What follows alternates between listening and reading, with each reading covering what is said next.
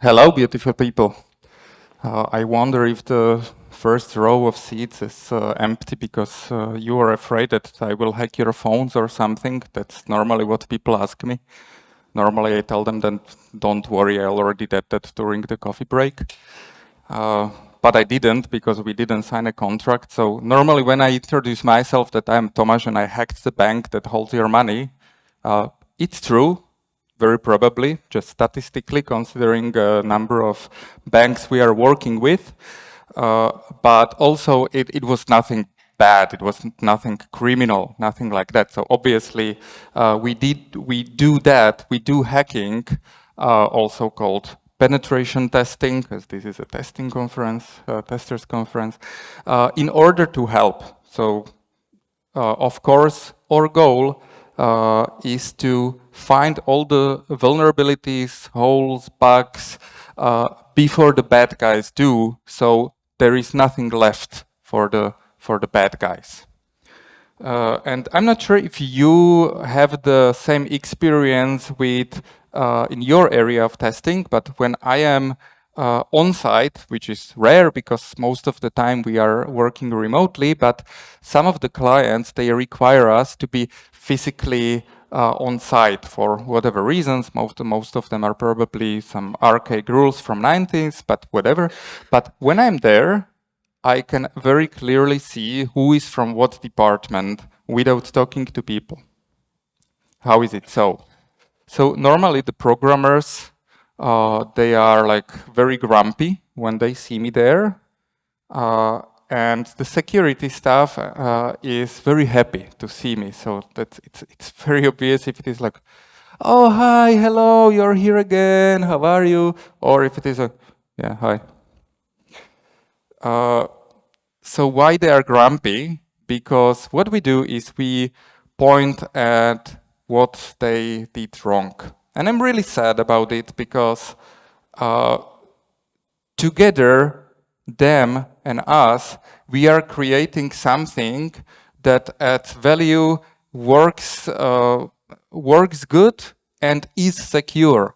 And I'm always trying to tell them that, you know, like, okay, I could break your system, like that's what I guess we all do, we break stuff.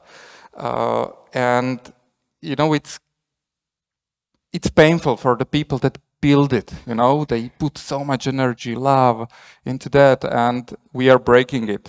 But, you know, I wouldn't be able to create what they created. They wouldn't be able to break it as, you know, as heavily as we do, but together we can do something that that delivers to the end users, to the client, something that is a full package, that works well, is secure, doesn't have bugs that shouldn't be there. And that's how it should be.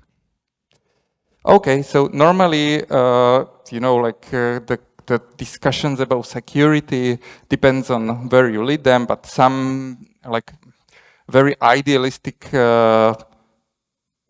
version of how to do it is, oh yeah, that's easy. So follow some standards like, you know, ISO 27K family, where, you know, there is a lot of standards in that family.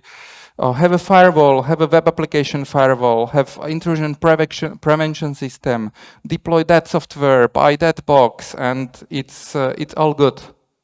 Have a security operations center, implement what's written in the cybersecurity law, implement GDPR, and then everything is perfect and you won't ever hacked. You won't get ever hacked. And then one day you wake up and you find out that you had a major breach. And how you find out? From the major newspapers, not from your team. And that happened many times across the history. And a lot of big players had this experience, say Target, for example, in US, but really many big players, LinkedIn, you name it. So, you know, what's the problem? So the reality is that there is no such thing as perfect security. You know, when you ask a doctor, like, "Hey, doc, help me how to never be ill," and yeah, if I could be immortal, that would be even better. So yeah, we are not there yet. Today, I am going to focus on one specific case study. So obviously, over the years, we have a lot of interesting stories. Sadly, most of them we can't disclose. Actually, that's when we have our team buildings or we have our internal like beer with our team, we are thinking about all the funny memories that we did during the years. So Citadelo had a 10 years birthday this year. And last year we did, I think, 400 projects. Most of them are successful. So there is really a lot of very funny and interesting stories. But as our main currency in our business is trust, obviously we can't go into that many details. However, there are some of the things that we have, we cleared that up with customers, that if it is not obvious at all who is the customer, and we change some of the key facts so the story is real, but you can't identify who was the client, we can discuss it. So today I'm going to discuss one of them. And the customer in this case was a pretty big and old company. So they're operating globally. That's dozens of countries that they are in. They are not a newbie. They are decades on the market, and even the security itself, the cybersecurity itself, is not a new topic in their company. They do have a security team. They were investing quite a lot into security in the past. Anyways, the CEO of the company gave us a wild card and basically said that try whatever you want. I just want to be aware what you are doing roughly and when you are doing it. So if beep hits the fan, I know that it's you, that it's not the real hack happening. And that was it. And the way we chose was kind of a new James Bond movie, because what we chose as a way we are going to do that is that we tried to apply for the job at that company. So basically, a colleague of ours, he modified his LinkedIn profile. All the mentions of the cybersecurity were removed. He is a programmer too, so he just kept all the programming references there, and he applied for a job as a junior programmer, and he was hired.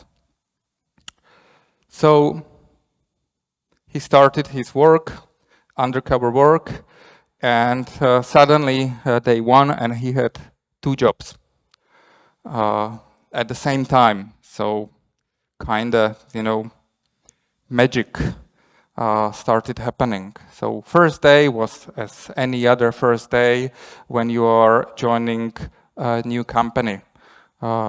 They introduced him to all the colleagues, showed him how the premises look, where are the toilet, who is the boss, who is his team. They started creating accounts for him. Okay, this is your domain account, this is your new computer, this is how we do this is how we do that. Pretty normal first day. On the day 2, he already started looking around. But again, having 2 jobs at the same day, it's not quite easy. So we needed to put more brains into that. So how we can put more brains into that if he is the single person there inside, and he is in the internal network and other colleagues are outside? So he created a reverse tunnel. I guess you know what's VPN, and reverse tunnel means that it's basically the same thing, but initiated from inside the company to outside. So basically from inside of the network of our customer that we were testing at the time, he created a tunnel to our company server, and via that tunnel, our colleagues sitting in Prague and Bratislava could connect to the internal network. So suddenly, 2 more colleagues were sitting kinda inside the company and looking what's happening in the internal network. So on the day 3, we very gently started to scan the network, listening to the traffic there, figuring like what can we do. And how we were doing it is that we were trying to achieve 2 things. First, to test what's vulnerable there, of course with the end goal to hack as much as we can. But the second thing was that we wanted to test the reactions of the security team. And we wanted to start very quiet and gradually to be more and more loud. Okay, so we started very quiet, but you can't be quiet for too long. So already on the day 3, we were like, okay, doing it louder and louder. And on the day 4, we already started exploiting some of the vulnerabilities. So we already found that, okay, so, you know, as it normally goes, oh, this is just an internal network. So it doesn't matter that much that we have default passwords here, you know, or factory passwords. So yeah, we were getting our first cherries from the pie, and there were quite a lot of cherries in there. And as we were getting louder, on the day 5, we became really loud, and the security team really noticed. And they noticed that the new guy with his computer is doing something nasty. So that was the moment that we were thinking like, okay, is that the end game? And what happened was, that police did not come. Instead, what happened was that the junior programmer said that, oh, I guess I was browsing some web pages that I shouldn't be browsing, you know what I mean? And you know, that's a kind of discussion that you don't really want to go like too much into details, and it's plausible, you know? So they were basically, what an idiot. Like really, he used company's computer to go to such and such websites, and he got infected from that. What an idiot we hired. Anyway, they took his computer and started analyzing him. It. What I didn't notice, because now they were really busy with analyzing that computer, that it was not the only computer that he had there. He actually had his private computer with him, and that was the computer that was creating the reverse tunnel. And on the day 6, we succeeded with a full domain controller takeover. So normally that's the big win that you can do in such a situation. Anyway, this was a company that had branches in dozens of countries. So for us, this was already like pretty big, and very often this is the the end game, the big win. But we were like, haha, we think we can do even more in this specific situation. So we started looking even deeper. And eventually, on the day 7, we were able to take over the global network. We were able to go inside all the local networks in all the branches, everywhere. Not only that, we were able to gain control of the end users' devices. That's like if you are using the product of this company at your home, we were owning it at that moment. So that was the moment that we basically told them that, okay, so this guy here is not your new colleague. And we started doing the impact analysis, like what we gained, how it happened, and so on. They were pretty sad because as he had to simulate the ordinary work, because everyone is interested, how is this new colleague? So as he was doing, half of the time the programming job and half of the time the hacking, he actually did some pretty good improvements, like those little things that have a big impact. So they were kind of double angry that he's not going to stay with them. Anyway, then we were analyzing the lessons learned. So what failed there? And, that's, in a way, we have, our job is both easier and harder than, and now it depends than whom, than who. Like if you compare it with the real hackers, the criminals, our job is much harder. Why? Because we ideally need to find all the possible holes. And that's virtually impossible. We know that. We don't pretend, we don't claim when we are discussing with our customers that we can actually solve everything, that it will be unhackable. That's just not true. That's why it is hard.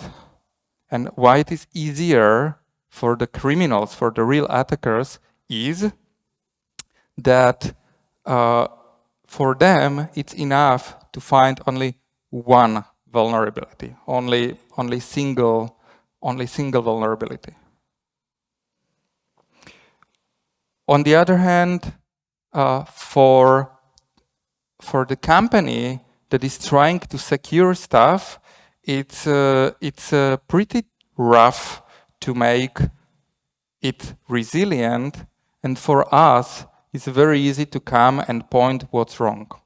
Why it is hard, security doesn't have a return of investment. It's not adding anything. Also, it's kind of depressing what we are doing because, in general, the cybersecurity people often get beaten because no one ever tells you thank you. Are there no attacks or no breaches? Nothing bad happens. So why we are paying you money? Nothing is happening. Are there breaches? Why we are paying you money? We had a breach just yesterday. There is never a situation that you're like, oh, how good we have you. It just doesn't happen. Also, when you are discussing with the key people, with the CEO or with the board, that I want to have such and such budget, they are like, okay, what's the return of investment? Well, there is none, but if you don't invest, you can lose a lot. And many companies learned that hard way, to the levels that as we are going, deeper and deeper into, our society being connected with the technologies, You know, like it's like this is something that people are discussing for years. You know, like it's kind of cliched. Yeah, as we are more and more connected with the technology in of everyone everyday lives, yada yada. But it is going to, you know, to such an extent that there are first, like in the last decade, there are first cases of people actually dying because of a ransomware attack on a hospital, for example. I think it's like 7-8 years, there was a attack on a Ukrainian power plant that slipped to all the customers of a specific software and did what ransomware does, encrypts everything, everything is broken, the company doesn't work, and it infected company Maersk, sorry if I'm not pronouncing it correctly, which is one of the, like, it might be the biggest world player in shipping. And, you know, now imagine that, like, world stopped, like the shipping in the world stopped. Like, imagine these giant boats full of containers that are moving stuff all around the globe. All the trucks that are coming to the port and they are going there and they are going to pick up the cargo that was delivered by the ships or the other way around. And suddenly nothing worked, like, you know, nothing, you know. On one side, there were a lot of ships on the sea. On the other side, there were a lot of trucks on the land, and no one knew anything. They were completely in standstill. And this was like that for weeks, you know. Suddenly they had to revert to phone calls, pen and paper, and just trust. Okay, we will do that, just please pay the invoice when we will be back online and we will be able to actually issue the invoice. And right now I am using this pencil to write it down, you know. So it can get really extreme. Can you relate? You're not alone, probably. I'm at least happy that the mood in the world is changing. You know, when in the past it was kind of, you know, like no one really wanted to admit the problems in security or a breach. Now it is gradually changing to a situation when openly admitting a breach, informing the customers what happened, what exactly happened, why it happened, and what measures you took so it doesn't happen again. Like, that's actually what people like more. And when it turns out that there was a breach at the company, and for example, you read that, okay, for example, so-and-so had a major breach 5 years ago, this much personal information, including the hashes of the passwords and credit card information, were stolen from there, and they did everything not to tell everyone and to keep it secret. That makes much bigger damage than admitting it honestly and telling how it is, and that's good. And also admitting that what's the situation currently and what is our plan of fixing it. I'm really happy that it is changing to something like this. Now, how to do that? First, it's not easy. You know, like this slide could have 20 different variants, and probably if someone else, another cybersecurity specialist was standing here, he might have shown you a different slide, because it's so complex that, you know, there is no silver bullet. You know, there is no one size fits all. Mainly, security, it's not a product. You can buy it, you know, like I'm sometimes making fun of people that, you know, they're like, some of the clients literally ask us, okay, so now we want to buy the security from you. Like, okay, like, it's like if they were buying salami, like, okay, how many slices you want? Should I, you know, like, it doesn't work like that. You know, it's a process that never ends. And it's, there are some core pillars that it needs to stand it on, and that's prevention, detection, and reaction. So obviously prevention, so you don't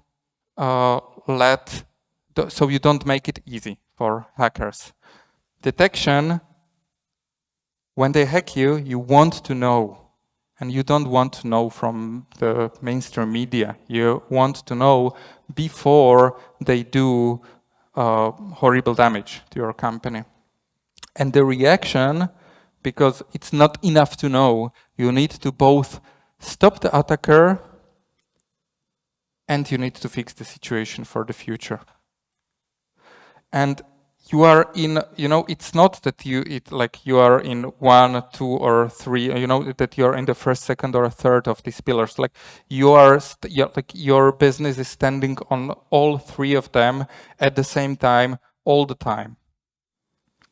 And what could be the propellant that will help your rocket of your business and possibly the mythical hockey stick of the revenue graph of the startup or a bigger company? What could be the propellant that help you go up to the sky, to the moon?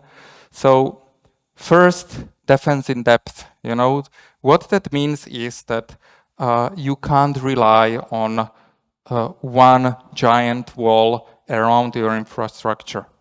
You know, like years ago, when, for example, I don't know, in 90s, people started discussing firewalls, and that was the thing that will solve security. It's important, you know, like if you are, if you have a server on the public internet, you probably don't want to have it public without a firewall. So it's still a good idea, but it's not the single thing. It's not the single thing that will solve everything for you. You know,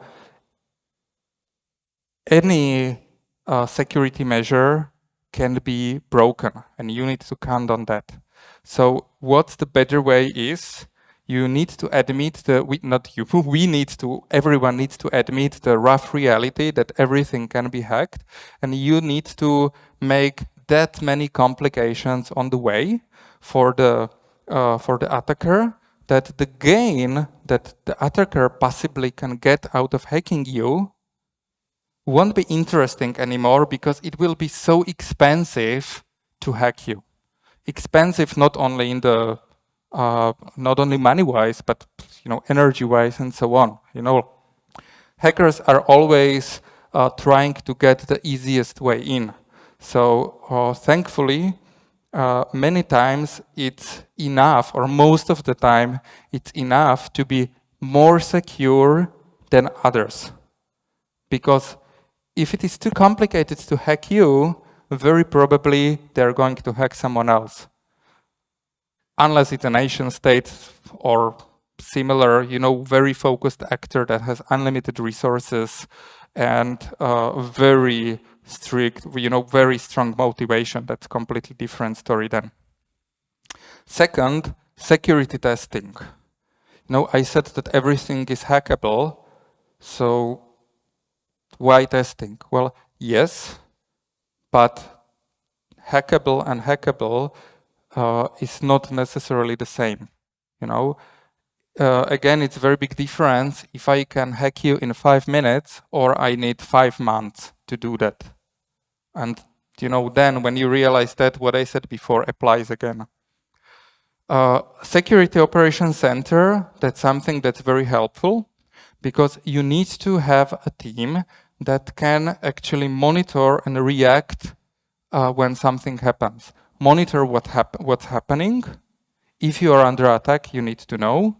You want to know if it is just one of the million bots on the internet that is just, you know, constantly every single day trying to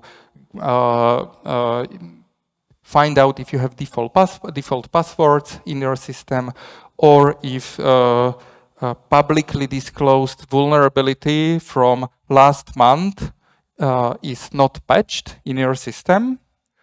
So you need to be able to differentiate if it is such attack that, you know, if you patched your systems and changed your passwords, won't be successful, or if it is a focused, motivated attacker. If it is the second one, you need to act differently, and for that you need a security operations center. Another reason for that is that if you don't have a specific team that is taking care of that, most probably it's someone, it's job of someone who has a lot of other things written in his or her job description. And if you're, you know, if it is like number 17 in your job description that, oh, by the way, also you are in charge of the security, which is quite common, sadly, then you don't really take good care, which is completely understandable and impossible. And the last one is it's a long run. You know, it never ends, and it's always like you know, like it's never-ending game.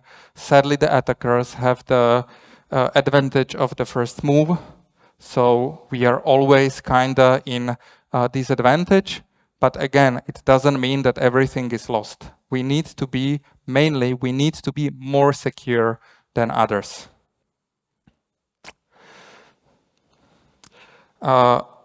And I hope that you, as testers, will get too inspired by that. Many times what we are discovering as bugs starts as the same bug as you can discover.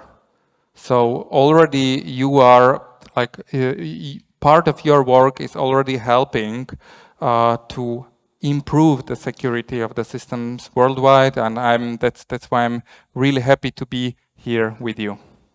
That's all from me today. Thank you so much. I'm Tomáš Zaťko.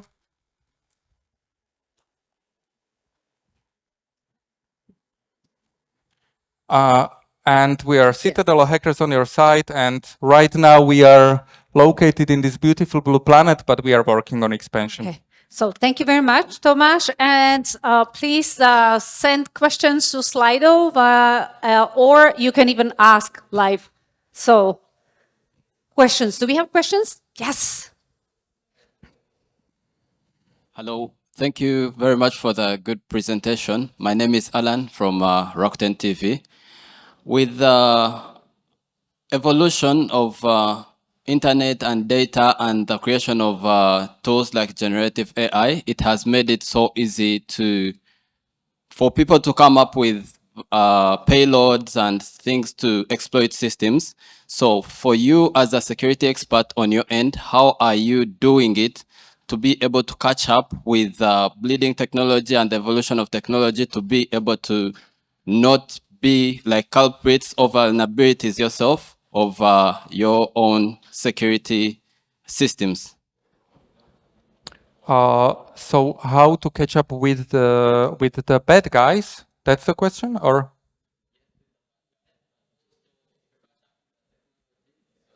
To catch up with the tech.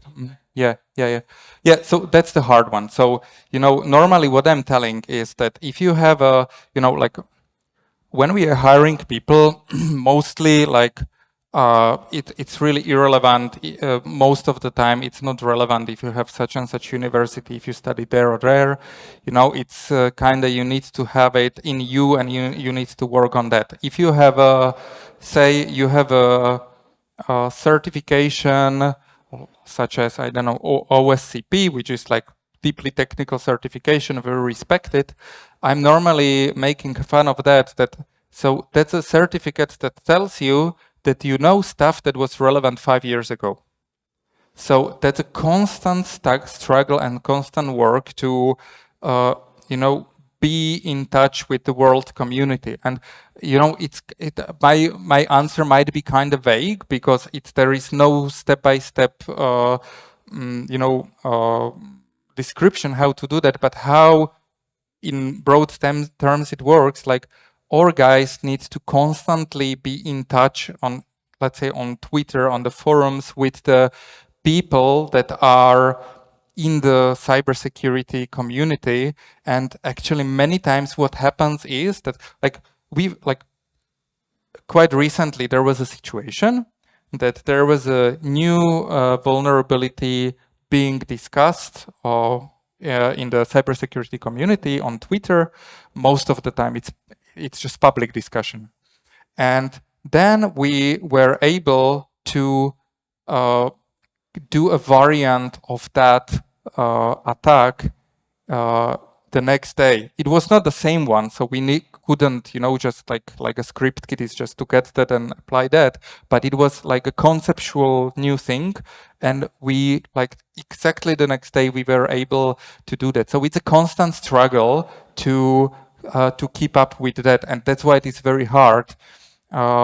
And it can be quite brutal, honestly, there is actually even other thing that is quite tough, and that is that some amazing hackers left our company for, that say, okay, I need to do something else for 1 year. And the reason is that it can get really depressing how hard it is both to keep up with that, and it is like you are very destructive, even though it's for the good. So we had colleagues that for 1 year they went back to being programmers because they wanted to build stuff, and then they returned back to keep up with all the technology. So that's to keep up with everything, it's just impossible. So what we need to be able to do is that when we are facing a new technology, which happens quite often, we need to be able to very quickly learn what it is about, to study it, and to figure how we can attack this new thing, even though it is completely new. For example, in 2010, we were testing internet banking application for iPhones. Does someone remember when was the first? In Slovakia, the iPhone. I had my first iPhone 1 month at that moment. In general, to the European market, it came that year or a year before. Probably it was longer in the US. Our tools were not ready for that. They didn't support the protocols that it was using. We needed to write our own fuzzer for that. We needed to study how are the internal workings, what are the security layers inside the iPhone to understand that. And we needed to all that, and we did pretty good job. And eventually, another thing, there were even no guides. These days you can have, for example, OWASP mobile testing security, OWASP mobile security testing guide, and there is 70 pages document how to do that. By that time there was nothing, and we needed to figure it ourselves. And later on, we figured out that the others in the world did it somehow the same way. So now I don't want to, just flex that we are the best in the world. We are, but, the point is that it's really hard. You can't know everything, and you need to be very agile and flexible, and you need to learn on the way. Okay. Thank you very much. Tomáš, thank you very much. We have really cool questions, and I have million more questions. So please keep it in mind. Talk to Tomáš. We're going to have breaks, lunch, and stuff. So thank you very much. Thank you. We are over time, so please do catch me. I am really looking forward to discussion. Thank you very much.